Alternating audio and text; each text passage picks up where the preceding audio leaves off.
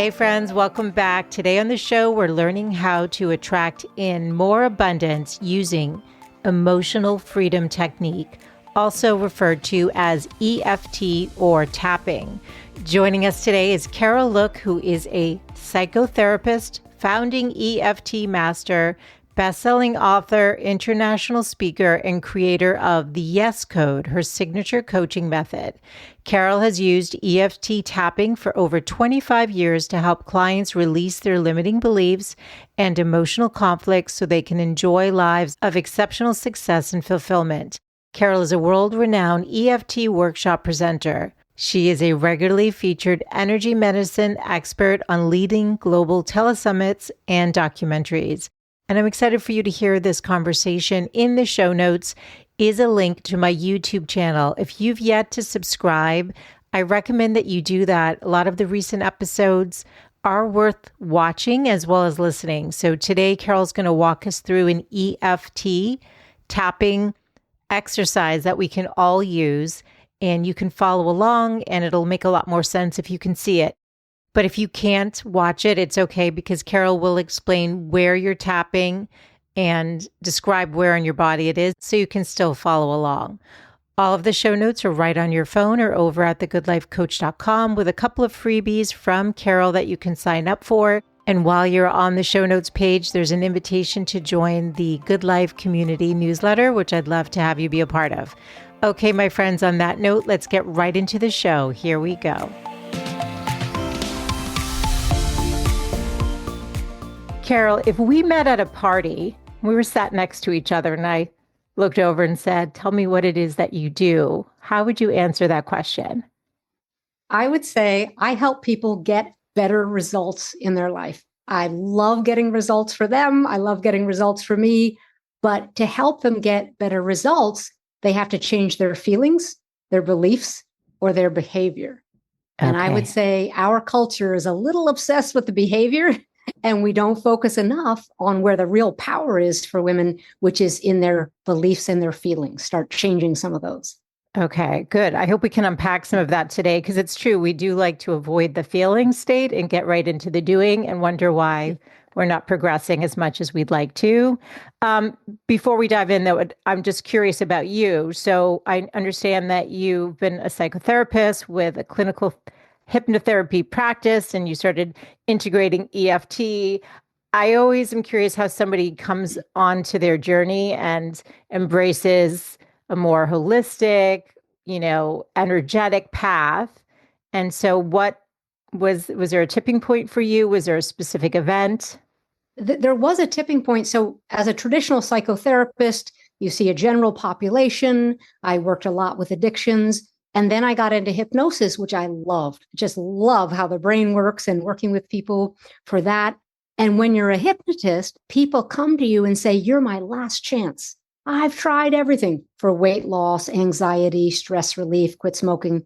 And around that time, I had been introduced to the tapping, to EFT. And I would say to my clients, if you would give me 5 minutes to give you this new technique and show you how to do it, based on your energy, and a lot of them didn't understand what that meant. I said, if you don't like it, I'll give you the 5 minutes at the end of the session. And it started working for them, and it started working for me. So one of the first things I cleared energetically for me was insomnia, because I was tapping. So I was working on other people's anxiety, and I cleared long-standing insomnia that was really hurting me. So when it starts to work for you, yourself energetically, then all I wanted to do is help people with it. Okay. So if somebody's never heard of the term EFT, tell us what the acronym stands for and more about the actual science and of how it works. So I learned of it years ago through the Ortner's work. I think they did their documentary, whatever. And so it did popularize it, but you've been doing it long before that. This has been around a while. So talk to us more about what it is and how it works. So EFT stands for Emotional Freedom Techniques, which was created by Gary Craig, who was the founder. And now everybody just calls it tapping. So people generally know it as tapping. And what we're doing is using our fingertips to tap on acupuncture points on the face and the body to calm down the fight or flight response in the brain. So no matter what you're overreacting to, your nervous system is getting very riled up and overreacting, we can help you by calming down that response in the brain. So whether you have cravings, whether you have comfort zones and you don't feel like you should be successful, whether you have feelings of guilt or fear or anxiety, the technique calms down your entire system. So it's quite exciting because it's not just for addictions or just for relationship issues. You can really treat people for any of their challenges in their life with people, with at work, with money, financial issues, with health issues. So it's been quite, it changed my career. That is the tipping point. It changed my career. It's fascinating. You call it psychological acupuncture. So these are Yes. actual meridians in our body. I know I've done it. So we'll probably show the people, and you can Okay. maybe walk us through later what the points are and how they work. But what is do we know what the science is? Like, because he created this, like, how did that originate? Do you know a little bit more about the backstory? Yes, the backstory is that Dr. Callahan started practicing on people by tapping into the acupoints when they had phobias and fears. And it worked so well, the field was like, oh, and it started to expand to crave science. So what's really exciting, Michele, is that they didn't have doing it. And now all the research studies are out about how it can help post-traumatic stress syndrome, how it can help people with cravings and weight loss and addictions like alcoholism, how it can rewire your nervous system to regulate your emotions. That's the problem with what's going on in our country. Nobody's regulated, right? We're True. all hyper vigilant, really upset about things, and overreacting. And what the tapping does is it allows you to calm down, right, in any situation. Now, I have people doing it. I say, don't wait until a crisis to start tapping. Like, go ahead and have it as part of your regular routine. That's what I do.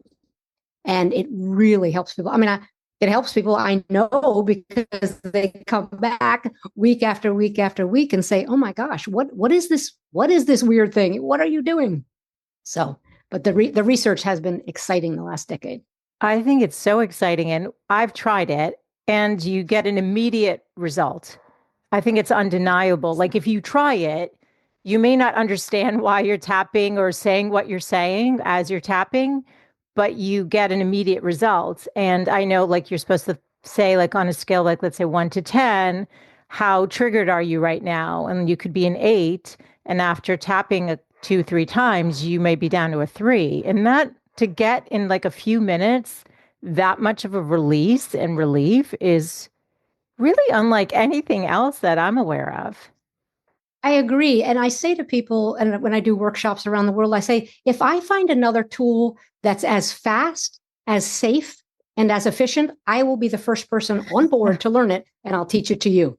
But I have not found anything that can go across the spectrum and really help people in all their areas of their life and feel so good.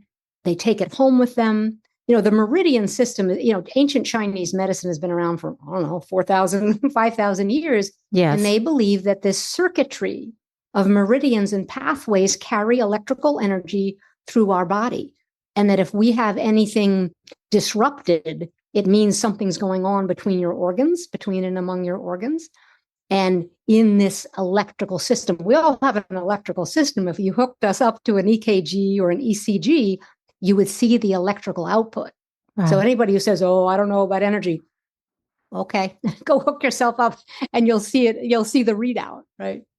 So it's so fascinating. Now, would somebody need to, you said you cured your insomnia. So how often did you need to do that to get to that point? And is the original trigger what constitutes how long it will take? Like how old or deep the patterning is? Or does it depend on the person themselves and maybe, I don't know, their openness? For me, I had just started tapping with clients all week long. And I wasn't targeting my insomnia, which was based in anxiety and worrying. But I wasn't targeting that, which is the typical way you're supposed to do EFT and tapping. Choose a target, focus in on it, measure it 0 to 10, and start tapping, and then you measure again. The reason to measure is to see, are we doing the right wording? Are we on it? Yes. And I had just been tapping with a lot of people, and my nervous system and my monkey mind, if you want to call it that, calmed down. And I woke up one day and said, I think I fell asleep early last night. And it started, of course, then it continued. So it's not how you're supposed to do it, but I was priming my nervous system. I was helping it and calming it down without even knowing, as I'm focused on other people, because I don't tap on other people. I sit here and they sit across from me or on Zoom, and I say, do this, tap here, say this, do this. So I was tapping on myself the whole time. The first, let's say the first couple of weeks. So it's very hard to say how long one issue would take, but when you get to the core issue of what's going on, you can usually collapse the problem quite quickly. Okay. And I definitely want to dive into how to use it to attract abundance, but let's go a little bit deeper. So again, for anyone who's like, I've never heard of tapping or EFT, I'm curious, this is all sounding fantastic, but what is it? Maybe just show us. And for those of you who are listening, I can describe, or you can describe where you're tapping and what's the significance of what you're saying. Because obviously in acupuncture, you're lying there, the needles go in, you just, you lie there, but this is more active. And I feel like the words somehow unlock the stuckness. That was my experience with it. Yes. So what we're doing is engaging the mind, engaging psychology, and saying, what's your belief? What's your feeling? This is back to the results. What are you afraid of? What are you convinced you're not worthy of? And you focus there and you start tapping with an affirmation. So you say, super simple, even though I'm afraid of success, comma, I deeply and completely accept myself, or I respect myself. And we tap. This is just the first point we tap on. All the points, we have thousands of acupuncture points in our body. They chose 40 years ago, long before I came along to it, they chose particular points that are easy to access, but they cover most of the meridians. So they cover. So smart. Right? So we start here and say a statement that's really simple and respectful. So say, even though I'm afraid of success, I don't want to be a target, I deeply and completely love and accept myself. And people sometimes will say, oh, I don't want to say I love and accept myself. You need to accept where you are. Yeah. So that's the part when you said comparing it to acupuncture, you lie on a table, someone puts the needles in, you relax, and it does its work. We want to focus the brain. So I say to people, it's like opening and editing a file. If I had to send you a Word document, I would need to open it, type it out, try to make some edits, save it, and send it to you. That's what we're doing. We're opening the file on, let's say, someone's fear of success, their fear of failure, their concern about shining. What if they stand out? Is that a problem? So we're opening the file so you're in it, right? You're really focused there. And then the tapping, then we go in and do the tapping, and it calms you down while you're upset about your issue. That's what's happening, is we're pairing a relaxation technique that affects the brain with your being upset and distressed over whatever your issue is. So that's the pairing is really, really important, is necessary, actually. Yeah. I'm just thinking, like, you're a psychotherapist. So like with talk therapy, there is some benefit to saying out loud and having somebody witness whatever it is that you're feeling. There's something powerful about that. But then with the meridians, now you're distracting the brain, and almost, would you call it reprogramming, or how would you rewiring? That's rewiring. Not reprogramming, but rewiring, because when we have a big fear or a belief, I'm not worth it, or I have to struggle like the rest of my family, when we have a belief or a fear or another feeling, we are programmed to approach every situation from that angle or that position. So and the wires are crossed. In other words, we could take 100 people, Michele. 50 of them could be afraid of success. The other 50 like, what are you talking about? I'm not afraid. Look at my success. Look at my business. I'm fine. But they'll say, I have another issue. They have something else, right? Yes. So the wires are crossed. When we have a challenge psychologically or even physically, it means your wires are crossed, and we know that because the entire population doesn't have the same issue. So I come from the Look family. So I've got wires crossed about what happened in my family and fears there. You come from your family. So everybody brings their history, their emotional history, to the tapping, which I love because I love people and I love helping them. And I love unpacking what they need to unpack to get to the bottom of it. And the results are dependent on the person? The results are dependent on a couple of things. You could give this to a complete beginner, and as you said, there's no denying a reaction. Yeah. And somebody might say, I don't know what this is, but I just had I feel better. I feel different. Yeah. But in order to make significant results and changes in a specific area of your life, you need to be focused. The wording needs to be fairly accurate, not perfect, but pretty accurate. So I say to people, don't just tap randomly. Choose a target, like really focus on something. Then what is dependent on the person is some people say, well, that felt too good. And they don't do it for 2 weeks until they see me again, or they learn about it in a class and they love it. And then they drop it, right? Because we all have our fears. How much good can we handle? How good can we feel? So it depends on the practitioner. Sometimes it's not a great match between practitioner and client, and somebody else gets them better and they feel more understood. Sometimes the wording's off, but the tapping works every time. There's nobody who has an energy system internally where you could say, yep, doesn't work on you. It works on animals. It works on anything alive that has electricity. And it can be, you've mentioned different things that it can be used for: insomnia, weight loss, anxiety, procrastination. I've heard you talk about that, which is a big thing that keeps people stuck and that you wrote about in your book, The Yes Code, right? Yes. So is there anything it can't help with? If it's on an emotional level, or no? No, you'll get some kind of progress, because when you're thinking about your issue that upsets you, you'll be calmed down. Your brain comes back online, because you know what fear does to us. We disappear. We're gone. Our thinking, our rational brain has left the building, right? So we bring our brain back on focus, right? Yes. And we're paying attention, and then we get access to more resources that are ours. We think differently. We think more clearly. We decide, you know what, that was a scary incident 8 years ago, but I think I'm over. We start to process. That's what happens when we're stuck. We don't process things. We don't process trauma. And trauma is anything that upsets you. It doesn't have to be the car accident, right? Right. So we need to process. And what this technique is doing is allowing you, my words, the space to process something upsetting, something fearful, something you're worried about in the future. And when you process the material, all the information is different. You look at it totally differently. And does it give you that clarity or that connection to your intuition? Because now you're not carrying the fear. Because I feel like fear is the number one block to intuition. It's the number one block to everything.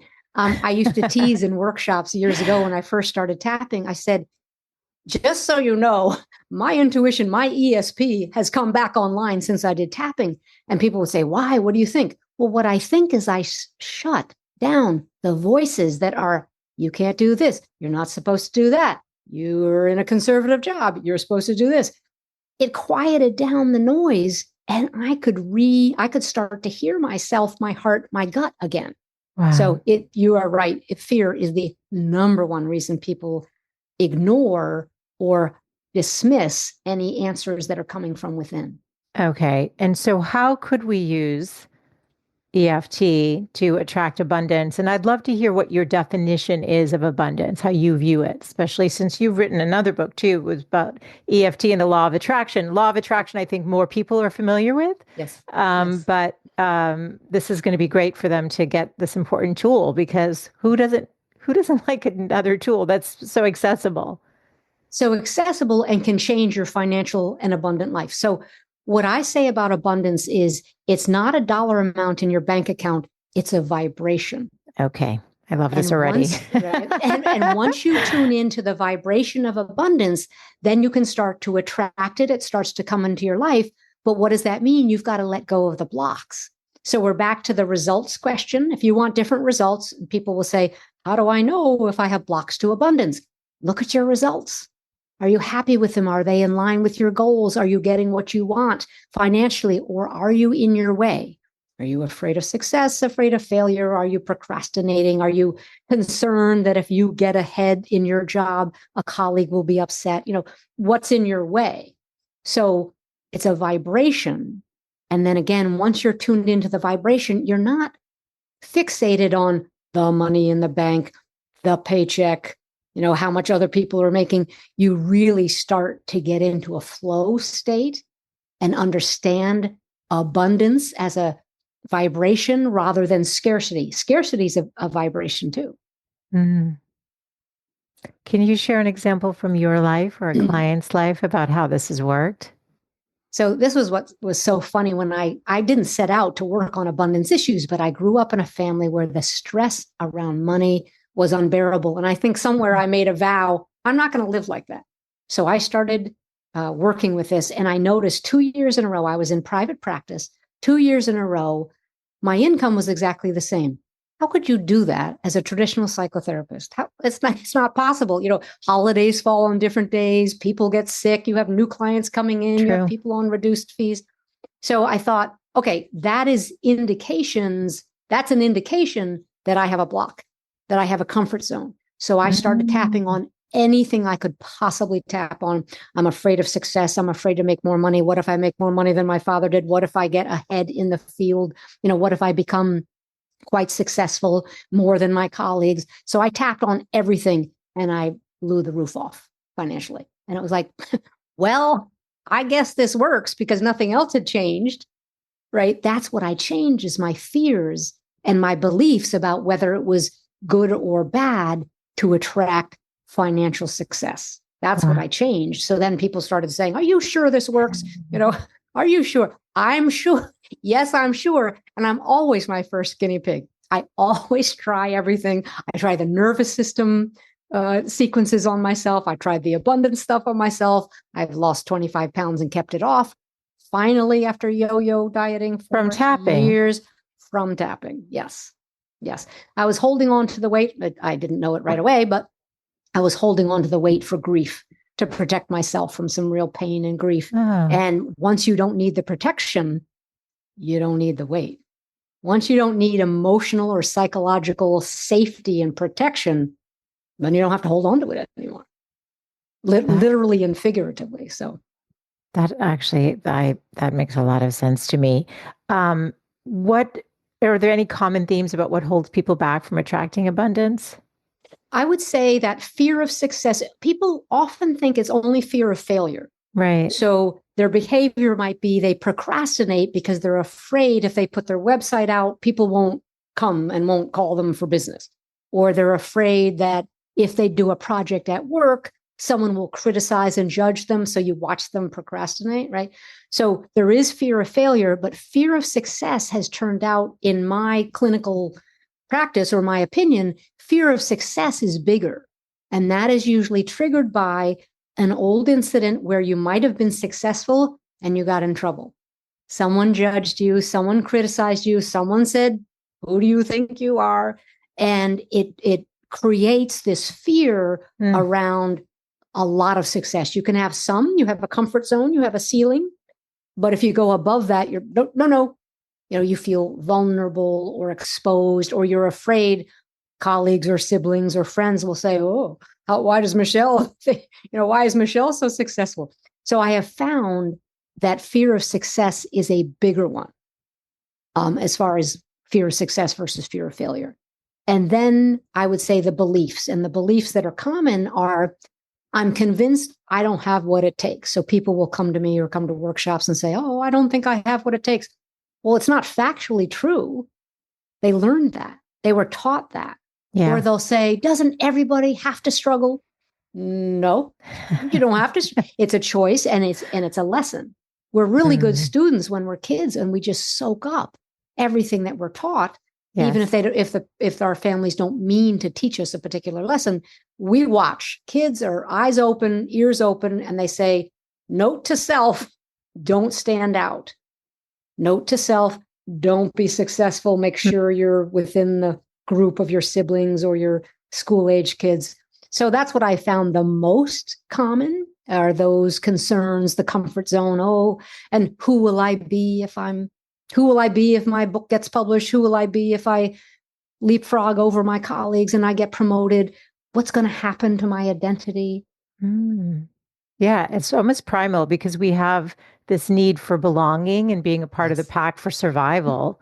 And so it might be on such a like deep level that we don't even realize that the programming runs so deep until we start unpacking it. But how do we know what to pick? Or do we always, not Yeah. always, but do we have a sense usually of where maybe the block starts and that's a good place to start? Like, what do you recommend to someone? Well, what I like to do is start with some questions. So let's say someone comes to me and they say, "Oh, I'm procrastinating and I want to stop." Well, I have to ask them some questions, which is, what's the upside of being stuck?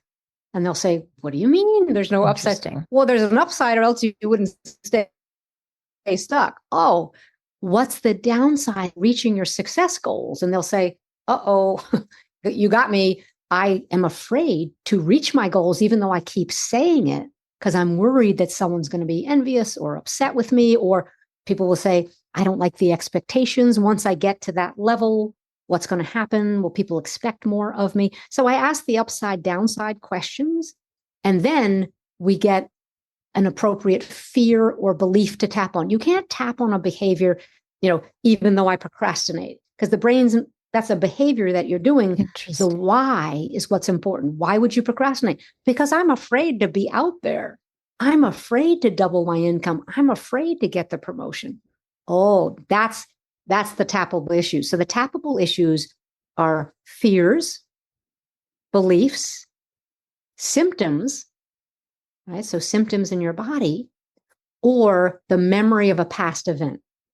So I've had people come to me and say, "Well, in sixth grade, I gave a speech in front of the class and everybody laughed at me." I can't tell you how many people have that. And Yes. that has kept them putting a lid on themselves for more exposure professionally or even personally.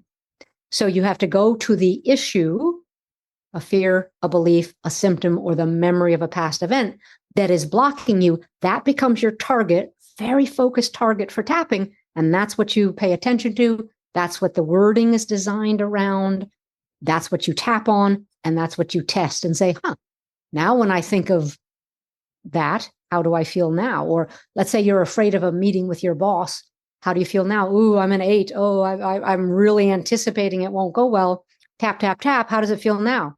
Well, that's all right. I can manage it. You start to track them as the fears go down. But being specific is really important. It can be the difference between people saying, "Oh, that was an interesting technique," and someone saying, "Oh, what is this? What is this tapping process that you've taught me? Can I use it in other?" People say, "Can I use it in other parts of my life?" So they feel a difference Of professionally or course. financially or something. And then they say, "Can I use this on my romantic relationship?" Yes, you can. Can I use it with my teenagers? Yes, you can. Yeah, I was thinking about that. You could really use it with any age, or no? Yes, Is there a limit? What's the youngest? no limit. The youngest I've done is a 6-year-old came to my office with her father. And people use it for very, very young kids because they don't understand. Well, a lot of adults don't either, that their nervous system has become dysregulated. They're just having a tantrum, right? So you can either use it on them, or the mom can use it on herself as the Mm. calming influence on the child. And people use it in school, the school system, and all over the place. I was thinking So this should be it's taught very, very everywhere. It seems like it would be so helpful, especially, they're saying this Gen Z generation is the anxious generation, and that we don't want that for those kids. They deserve better than that. And this is such a powerful tool. You wrote, if you're afraid of moving forward in any part of your life, you won't be in energetic alignment with where you want to go. And if you're not in energetic alignment with moving forward, you will get in your own way with sabotage behavior of any kind. You simply won't get it done, whatever it is that you think will move you forward. So let's go back about to this vibration, because vibration, this, you use the words energetic alignment in that. And so how do we do that? Because I think people, they have the sense, or they heard you got to vibrate higher, and they might be practicing gratitude or trying to think positively, but nothing's changing. So how do we actually shift the vibration? How do we get into that energetic alignment? So if nothing's changing, what the information, what the feedback is that there is a block there you haven't gotten to. So remember, safety always wins. Human beings need to feel safe. So no matter what they say about reaching their goals, or I want this and I want a relationship, and then why would you choose a guy who's married in another country, right? I mean, how many times has that happened where people say, no, you don't understand. I really am ready for a relationship. You couldn't be, because you wouldn't be with someone who's as unavailable as humanly possible, right? So if nothing's changing, assume there's a block there you haven't gotten to. So that's when I go to the questions. Do you think there's a fear? Well, I try really hard and I really want this. I know you really want this, but what could be there? Is there a belief? Well, I don't really think this stuff works. It works for my friend, but so you start to uncover what their suspicions are. Maybe they have a little pebble in their shoe that making a lot of money isn't a good idea, or someone in their family went bankrupt. So now they've got this entire emotional challenge and conflict around money. A lot of people think money is the problem, and it's not. Money isn't the problem. People who abuse power and money are the problem. It's not the money. It's not the cash, right? So assume that there's a challenge, a conflict, and then that's what we tap on. So then we get specific, even though I really want to be in alignment, but if they're not in alignment, and how would they know? Look at the results in your life. Right. It's what you were saying. Your practice making the same 2 years in a row. You're like, okay, I got some work to do. You realize you had some work to do. Would it be possible to walk us through or would love to. Would that be okay? So it's funny because, all right, so we're talking about abundance. I've always had a great relationship with money and attracting abundance. When I worked in corporate, when I went out on my own, I had a major block on earning for myself. And I think it was a worth issue. I'm sharing this because I can't be the only woman who's going to be listening to the show, who's been through this, or, maybe they felt comfortable in a certain job, but once they went to the next job, they didn't feel worthy of asking, or felt like imposter syndrome or something. So we could use that. We could use, you said procrastination. We can't, because it has to be a feeling or like a fear. No, yours would be a great one. Do you think it's a belief? I'm convinced I'm not worthy of abundance, or I'm convinced I can't do it for myself, or afraid of really attracting a lot of abundance? I think it's a belief for you. I think it's this worthiness deserving issue. Yeah, I think it is. Right. And a little bit of fear of maybe stepping too far out, being too visible. Yes, I think there's a fear of being visible. Okay. On the scale, Michele, on the scale of 0 to 10, when you think of being much more visible, and whatever that would look like to you, how afraid are you of that? 0 to 10. And everybody listening, they could measure their own sense of fear of being visible, stepping too far out. What do you think? I'd say it's like an 8 or a 9, which is funny because I host a podcast which reaches thousands of women around the world. But there's like in terms of, I like going deep, but I haven't shared as much about myself. Okay. So fear of being visible, being out there, 8 or 9. Okay. Yeah. And are you thinking of something specific? Yeah. Okay. Yeah. Perfect. So now you can follow along. You'll be my echo and everybody else can follow along. Okay. The fear of visibility is such a common one, such a common block for people. So they could be handed the keys to the next up leveling in their business, and they'll do something to get in their own way because the fear wins. And remember, we have to feel safe. And if we don't feel safe, we will sabotage it. So here we go. Okay. Tap right here. We call this the side of the hand or the karate chop point. I'll do this twice. Okay. Even though I'm afraid to be visible. Even though I'm afraid to be visible. I deeply and completely love and accept myself. I deeply and completely love and accept myself. Even though I'm afraid to be too visible. Even though I'm afraid to be too visible. I'm not sure what their reaction will be. I'm not sure what their reaction will be. I deeply and completely love and accept myself. I deeply and completely love and accept myself. Then you take 2 fingers of your dominant hand, and I'll just trace the points, show you where to do. So the first one is the eyebrow point, the beginning of the left or right eyebrow, not in the middle, right here. Okay. I'm afraid to be visible. I'm afraid to be visible. The next point is on the outside corner of either eye. I'm afraid to be visible because of what happened last time. I'm afraid to be visible because of what happened last time. Under the eye, either eye. I'm afraid to be visible because I don't know what they'll think. I'm afraid to be visible because I don't know what they'll think. The next point is under the nose, very important acupuncture meridian. I'm afraid to be visible. No wonder I block myself. I'm afraid to be visible. No wonder I block myself. The next point is called the chin point. I'm afraid to be visible. No wonder I keep getting in my own way. I'm afraid to be visible. No wonder I keep getting in my own way. The next point is called the collarbone point, and it's underneath one of these knobs. You can either tap one of them or put your hand like this. Just tap like that. I'm afraid to be visible because I don't want to feel exposed. I'm afraid to be visible because I don't want to feel exposed. The next one is under the armpit, about 4 inches below either armpit. I do it always with my right hand because it's easier. I'm afraid to be visible because I don't want to be exposed. I'm afraid to be visible because I don't want to be exposed. And we end on the top of the head, around in a little circle up there. I'm afraid to be visible. No wonder I get in my own way. I'm afraid to be visible. No wonder I get in my own way. Good. There's no right or wrong answer. Okay. That's just the first 30 seconds. Take a deep breath and then tune into the same issue that got you to an 8 or a 9 and feel around and see if anything's different. It's much less already. Much less. Okay. Much less. Good. Yeah. Good.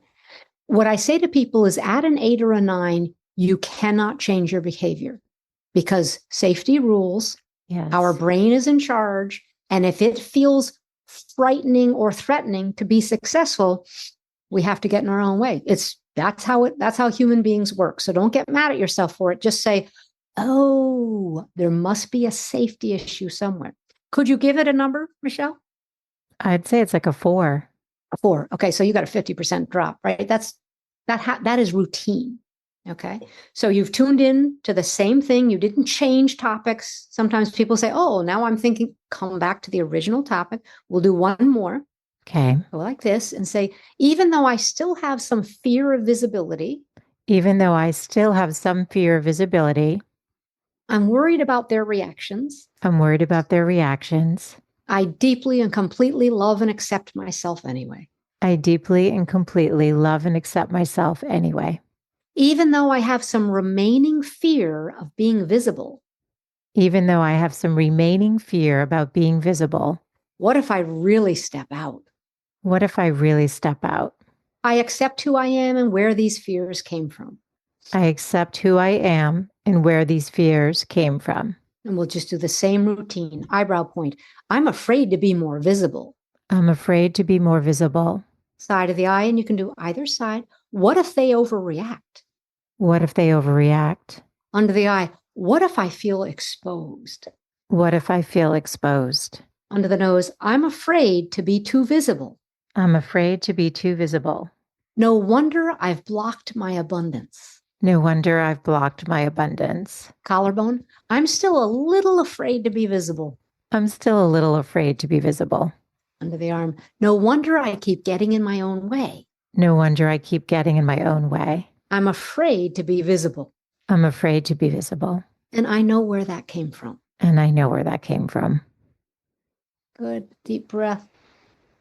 So without my knowing you, I know some of those phrases hit because that's what we're always afraid of. And I don't even have to know, we don't have to know the backstory.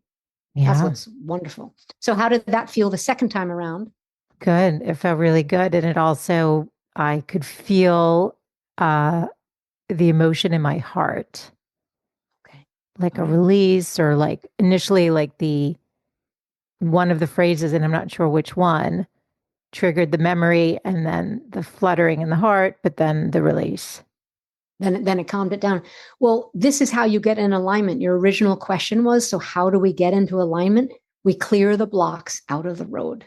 We clear the fears, we clear the old events. So I didn't even know what the old event was, but it came up for you. It did.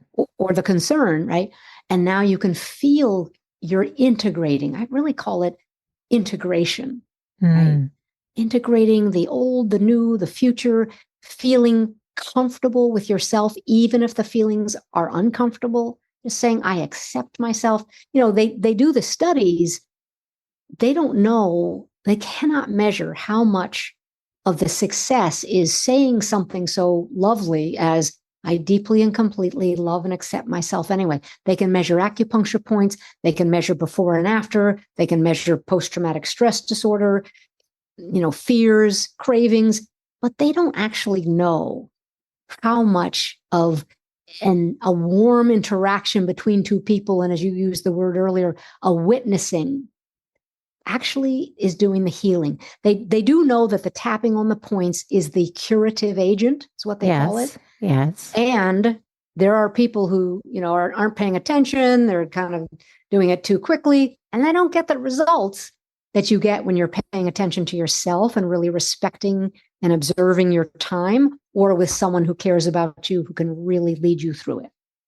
Yeah, no, it makes sense. And self-love, I think, often is just being your own best friend and champion. The kindness that you would bring to a friend, you're really bringing to yourself. So when you say, regardless of the feeling or what I'm, experiencing, I deeply and completely love and accept myself. That's huge. And I bet that alone, for somebody to say that out loud, can bring up a lot of emotion, that in and of itself, that first tapping point. You're right. There's got to be a release there, because so many of us aren't feeling that, aren't feeling the worth, aren't feeling like we deserve to be that kind to ourselves, because we can be so hard on ourselves in a way we would never be to anyone else we love. Right. Nobody else. And that first statement seems to release some of the resistance. Yes. So we tend to identify our problems and then we're mad at ourselves for it. It's not doing us any good. So when we say, even though I'm really upset with myself for doing something in a business meeting I didn't like, or being late with a project, I accept myself anyway, and it just takes the walls down. Then you're accessing the acupuncture points and calming down the brain. Then your brain is more online, your thoughtfulness, your resources, and you start thinking, I bet there's a solution. Oh, I think I could talk to them this way. Oh, and you're just not so hyper reactive, hyper vigilant, and that reactive, defensive, scrambling feeling that we see a lot of people in chronically. Yes. And like you said, dysregulated nervous system. So we're walking around, just to use your words too, hypervigilant, and not even in our bodies, accessing our feelings and able to move it forward. So is this how we would tap on abundance? Is it getting that clarity? And do we need a practitioner like you, Carol? Like, how, if somebody's like, this sounds really interesting, I really want to explore this further, what's that first step for them? Well, let me answer the other question about for abundance. Yes. Get to the feelings and the beliefs that are blocking your ability to earn more income, feel more abundant, feel happier in your life. What is it? Well, my parents weren't very happy, so I don't think I should. Okay. Well, my friend just got fired. I'm afraid to actually advance. Okay. So whether it's a fear or a belief, ask the questions. What are the blocks? What's in your way? What's the upside of staying stuck? And many people will say, there's no upside. There's a payoff, or we wouldn't do it. Ask the questions so you get to the specific issue that's blocking your abundance. Yes. And my work here with the show and everything I'm doing is getting women off the sidelines. If they're on the sidelines, there's a fear to jump into that game, the game of life, and being full on, or to jump on stage and be visible, or to ask for a raise, to ask for the promotion, to put yourself out there for a relationship with somebody who actually is emotionally available. Because in my 20s, I did the whole dance of only wanting the emotionally unavailable people because I had fear. So, I mean, it's all part of the work, right? Yes, it is. And the comfort zones, one thing you could do is add a percentage, add 30% to your income, and imagine you earning that. Does that scare you, or does that feel great? Oh, I can do that. I do that with weight loss too. Go down 10 pounds, go down 20, try it on for size. How does it feel? Because you will hit the block where you'll go, oh, I can make a little bit more in my job, but if I if I earn 50% more, I don't feel right. Like you feel this physiological disconnection, like, oh, that's not for me. That's your fear. So play with the numbers that way to get your upper limit. Like that. Play with the numbers. And then you say, oh, I'm afraid to make more because is my favorite word. Because why? Because he taught me not to. He said people who make a lot of money are fill in the blank, right? So ask questions and try to interview yourself and get the answers, and then you'll find the targets. Remember, the targets are emotions, yes, beliefs, symptoms. Maybe you start to get a little bit hot and bothered when you think of making a lot of money. It makes you nervous. There's a symptom. Then you tap on the symptoms. So what would that sound like? Just that one sentence would be what? Even though I feel nervous at the thought of doubling my income, I deeply and completely love and accept myself anyway. Because if you feel nervous about it, you will block it. You'll get in your way because nervousness feels terrible, and we want to calm ourselves down. Even though I don't think I deserve to double my income. Where'd you get it? Oh, my parents, my family, my neighborhood, my colleagues. You get it. We get it from someone. Right. So try to find the feeling, the belief, the symptom, or the memory of an event. Sometimes I have people take their mortgage bills and put it on the table in front of them. And they go, oh, they feel this lack of alignment. They just feel terrible. Tap, tap, tap. And then it's like, it's just a bill. It's just a payment. And they start to shift their energy around the topic of money, bills, income, cash, all of those things. So you can use props too. And how often are you doing this? For someone who wants to do that? Yeah, anyone who wants to attract more abundance and knows they have that block, or whatever you fill in the gold, has the weight loss or the insomnia or whatever the biggest challenge is for them. But we're talking about abundance today. So that's where the measuring comes in, right? Are you afraid of making more money? Tap, tap, tap. Not so afraid. What does your behavior show this week? Oh, someone offered me something as an opportunity and I got in my own way and I didn't do the interview very well, or I didn't, send the resume when I was supposed to. Look at your behavior, right? So you're going to have to keep tapping depending on what it is. So is that a belief that they're not worthy to receive? Because I actually had somebody offer something generous to me last week, and my initial reaction was, that's so generous and kind of you.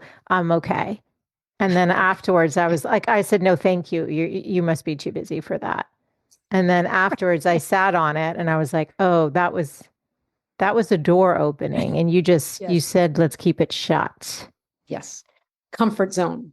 So what about that made you anxious, nervous, didn't want to receive, right? Didn't feel worthy of the next layer, felt badly for them. Oh, they're too busy. Right. Made it right. They're offering, they know what they can manage and what they can't. So it's not my job to be responsible for others, right? I can receive. So you could tap on. So what would that look like? Yes. What would that tapping look like?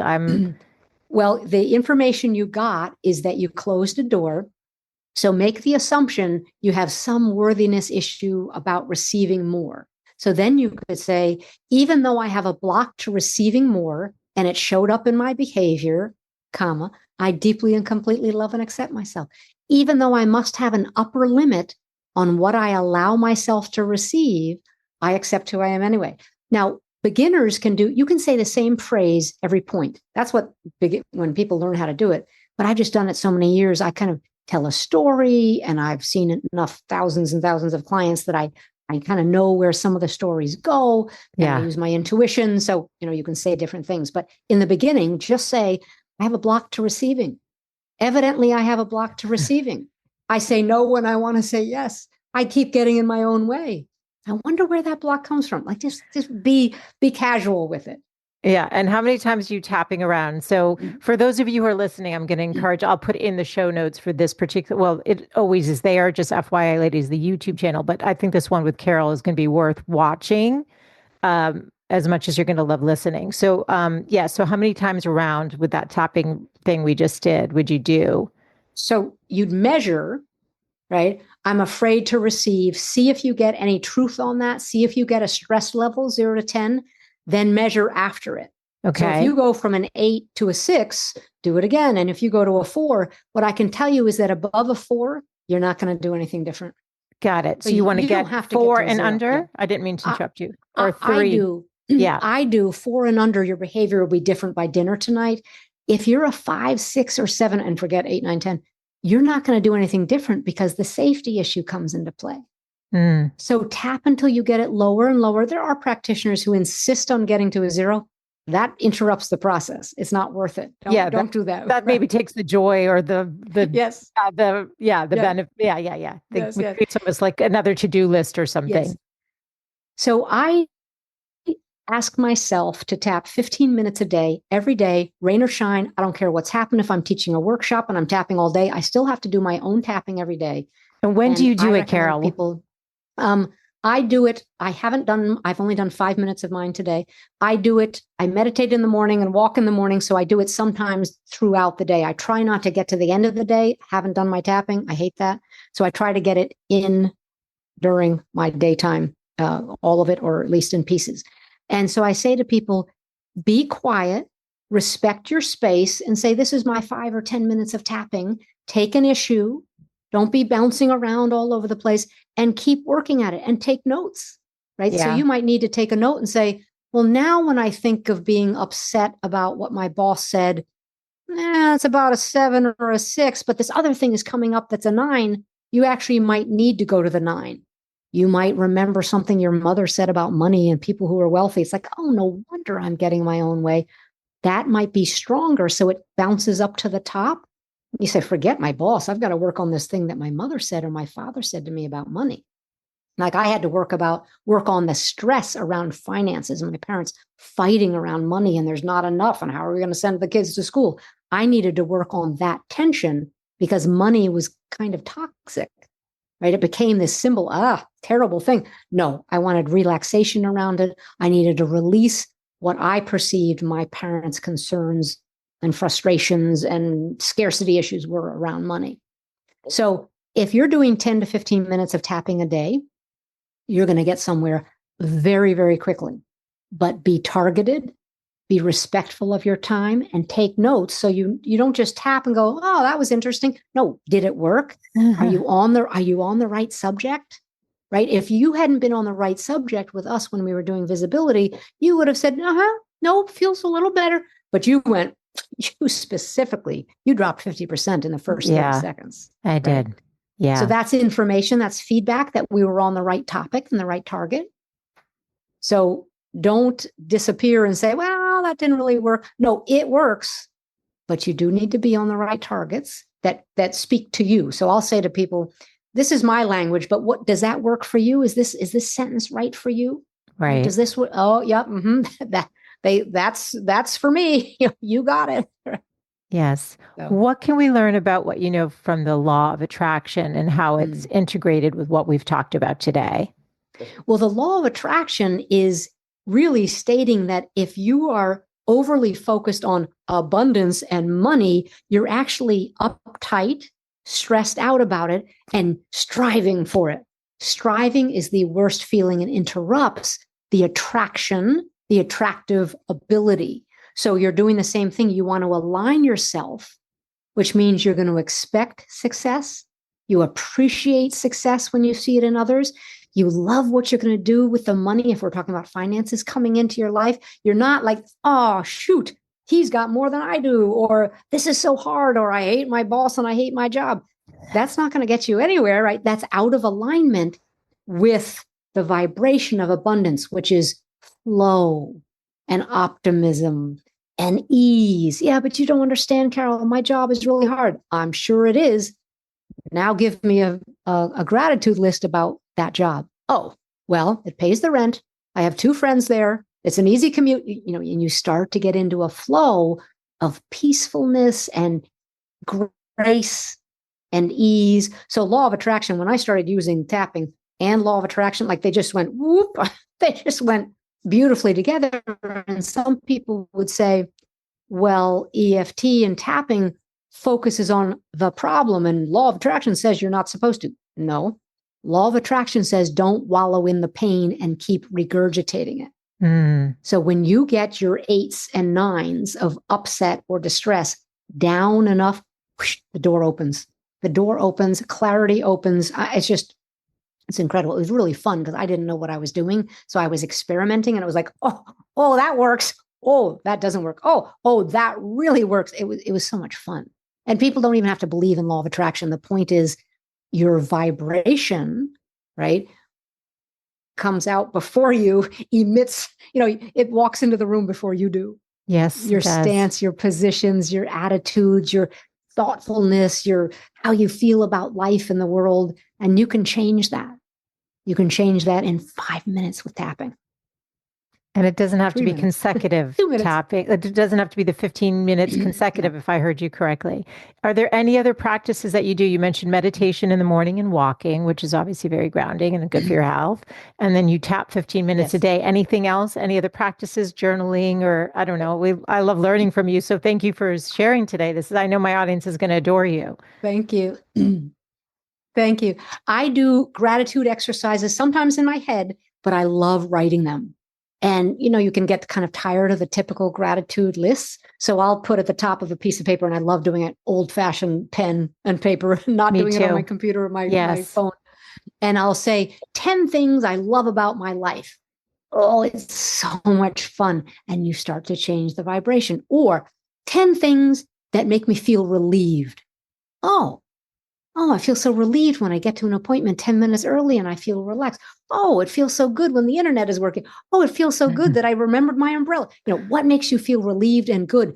You don't have to do big things. Some people are, don't worry about world peace. I mean, that's not for your gratitude list. Okay. Yes. Get off the big things and go little, small, micro. I'm thrilled I got the laundry done this week. Woohoo. But I feel good about it.